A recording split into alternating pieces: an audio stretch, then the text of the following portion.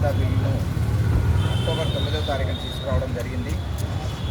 ఈ విద్యుత్ చట్ట సవరణ ముసాయిదా బిల్లు పార్లమెంటులో ఆమోదం పొందితే ప్రభుత్వ డిస్కంల బదులు ప్రైవేటు కంపెనీలకు సంబంధించిన డిస్కంలు విద్యుత్ రంగంలోకి వచ్చేటువంటి ప్రమాదం ఉంది. ప్రైవేటు డిస్కంలు విద్యుత్ రంగంలోకి అడుగుపెడితే చాలా తీవ్రమైనటువంటి సమస్యలు ప్రజలకు కానీ వినియోగదారులకు కానీ అంటే ఇప్పుడు పనిచేస్తున్నటువంటి ఉద్యోగులకు వచ్చేటువంటి అవకాశం ఉంది. కాబట్టి కేంద్ర ప్రభుత్వం ప్రవేశపెట్టదలిచినటువంటి విద్యుత్ చట్ట సవరణ ముసాయిదా బిల్లును ఉపసంహరించుకోవాలని మేము కమిటీ కమిటీగా డిమాండ్ చేస్తున్నాం.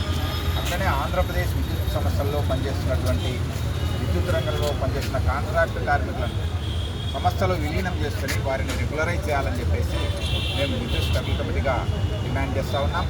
గతంలో అనేక సార్లు ఈ విద్యుత్ కాంట్రాక్ట్ కార్మికుల సమస్యలు ప్రధానమైనటువంటి సమస్య మీద ఆందోళన చేయడం జరిగింది. కానీ ప్రభుత్వం స్పందించలేదు. ఇప్పటికైనా ప్రభుత్వం స్పందించి ఈ విద్యుత్ సంస్థల్లో పనిచేస్తున్న 27,000 మంది కాంట్రాక్ట్ కార్మికులను సంస్థలు విలీనం చేసుకుని వారికి పర్మనెంట్ ఉద్యోగులకు సమానంగా జీతభత్యాలు ఇవ్వాలని చెప్పేసి డిమాండ్ చేస్తూ ఇవాళ మేము ధర్నా చేపట్టడం జరిగింది. ఇప్పటికైనా ప్రభుత్వం స్పందించాలి, యాజమాన్యం స్పందించాలని చెప్పేసి మీరు ప్రభుత్వం దీనికి స్పందించకపోతే నెక్స్ట్ కార్యాచరణ ఏ రకంగా?